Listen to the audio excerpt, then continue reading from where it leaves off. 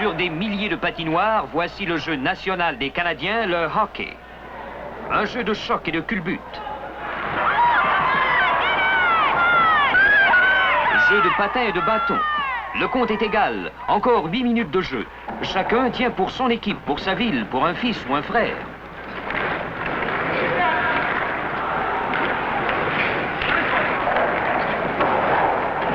Quand l'ennemi attaque, la foule est tendue. Si l'équipe locale brise l'attaque, pousse la rondelle dans le camp adverse, la foule hurle de joie. Pas pour longtemps, l'ennemi revient. Un coup, un arrêt. Ouf, on respire. C'est ça le hockey, notre jeu favori. Plus on commence jeune, plus vite on apprend. Au-dessous de 9 ans, c'est la division des pee-wee. Au-dessus, on est un midget ou un bantam. C'est quand on est vraiment plus vieux qu'on devient juvénile. Même comme pee-wee, un petit gars apprend à jouer dans une formation régulière. Un gardien de but, 2 défenses, un centre, 2 ailes. Et les mêmes règlements s'appliquent aux débutants comme aux 65 000 membres de l'Association canadienne de hockey amateur.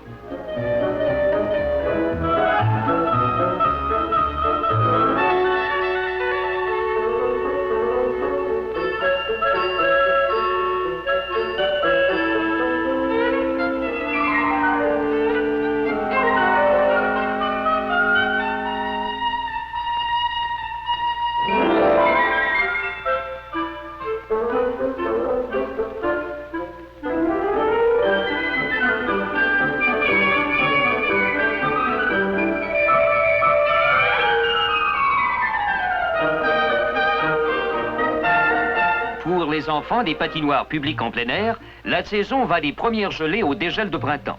Mais aujourd'hui, la glace ne dépend pas toujours de la température. La fabrication de glace artificielle a révolutionné le hockey. Et parfois, comme au Maple Leaf Garden de Toronto, il faut y ajouter 300 gallons de peinture pour rendre la surface d'un blanc éclatant. Tracer lignes et cercles est un vrai travail d'art.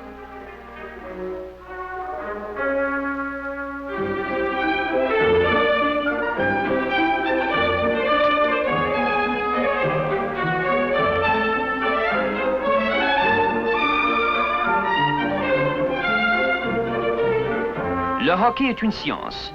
Il a sa propre stratégie. Chaque mouvement appelle une contre-attaque. Pourtant, le jeu semble facile sur le tableau aimanté quand le moniteur fait le travail. Depuis les ligues scolaires, seul peut-être un garçon arrive parfois jusqu'aux principaux clubs juniors pour y user ses 3 paires de patins par saison. Un joueur y est sérieusement rembourré contre les mauvais coups. L'équipement coûte plus de 600 $ par saison pour chaque joueur, soit pour une équipe au complet, 15 000 $ qui sont fournis par le club d'une ligue professionnelle. Les joueurs sont choisis et entraînés par des moniteurs spéciaux pour pouvoir figurer plus tard dans les grandes ligues.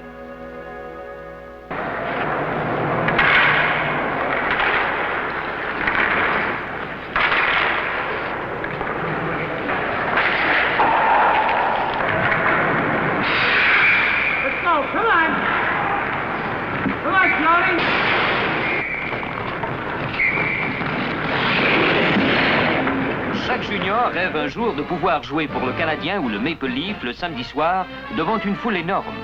Les autres ligues attirent également beaucoup de monde. Le Colisée de la ville de Québec doit ainsi ses plus grosses recettes à Jean Béliveau. Jean Béliveau attira à lui seul plus d'1 million de spectateurs en une saison à la Ligue senior de Québec.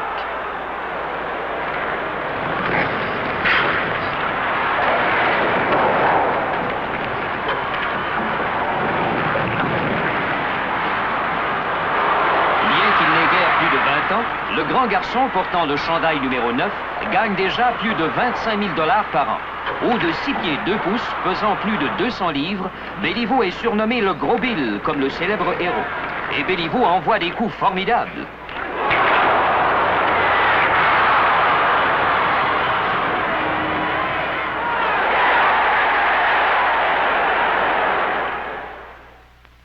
Voici le mouvement au ralenti.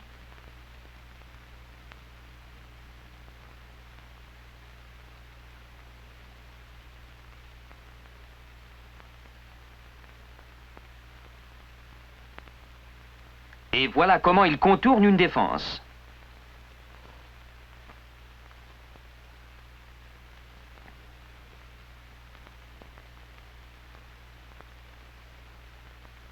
Jean Béliveau peut se comparer aux grands joueurs comme Maurice Richard et Elmer Lach, les vedettes du Canadien de Montréal, la plus vieille équipe de hockey professionnel. Seul un joueur sur 500 atteint le vestiaire des grandes ligues. Quand Dick Irvin envoie son club sur la glace rencontrer les Red Wings de Détroit, les spectateurs affluent au Forum.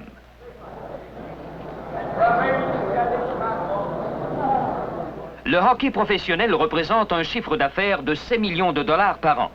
Les entrées pour les 4 ligues professionnelles du Canada et des États-Unis rapportent à elles seules 5,5 millions chaque saison. C'est plus du double d'il y a 20 ans. Ailleurs, les chasseurs d'autographes recherchent les matadors ou les joueurs de baseball. Au Canada, ce sont les joueurs de hockey. Pendant que Maurice Richard, un des plus grands joueurs de tous les temps, signe des programmes, News et Lalonde médite sur les changements survenus depuis que son équipe se composait seulement de 7 joueurs. Aujourd'hui, un club a une équipe sur la glace et 2 sur le banc. Le jeu en est plus rapide. Et maintenant, allons-y!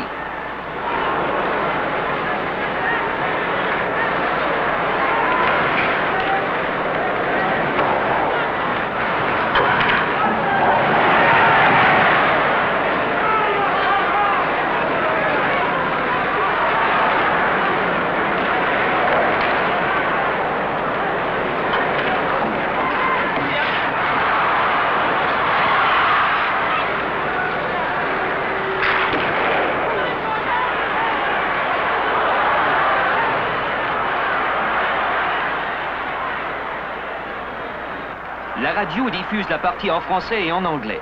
La télévision en expédie les moindres détails à des milliers de gens. Là-haut, dans leur loge, les chroniqueurs sportifs voient le jeu pour des millions de lecteurs. Dans les joutes locales, on repère son frère, son cousin ou le commis du magasin. Mais ici, le lien entre les joueurs et la foule, ce sont les étoiles du jeu, plus spécialement les numéros 9, Gordie Howe du Détroit et Maurice Richard du Canadien.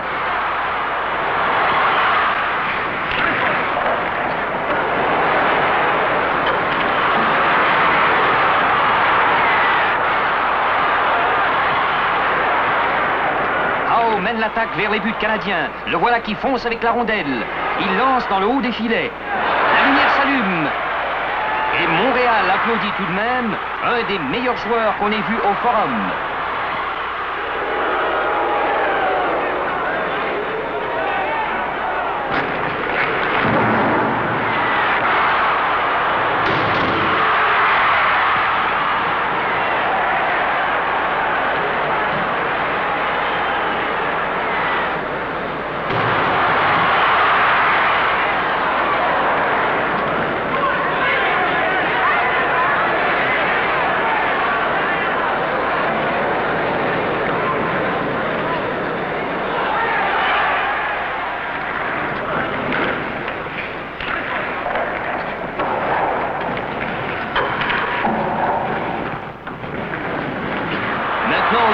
De se rattraper. Dans le filet de Détroit, Sawchuk saute. Doug Harvey lance. Sawchuk bloque. Mais l'attaque reprend alors que le jeu s'éloigne de la zone de Détroit. Canadien brise l'attaque devant les buts. Pourtant, les spectateurs des grandes joutes ne sont pas plus surexcités que ceux des patinoires de petites villes quand ils regardent leur équipe tenter un assaut désespéré pour briser le compte de 3-3 dans les dernières 60 secondes de jeu.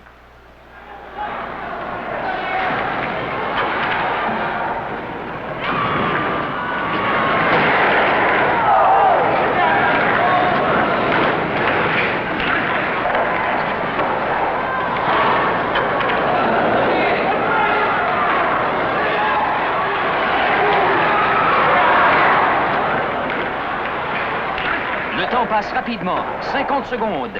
Ça y était presque. 45 secondes, une dernière chance. Du coin, une passe à un joueur découvert. Il file tout droit, lance. C'est un but, gagné.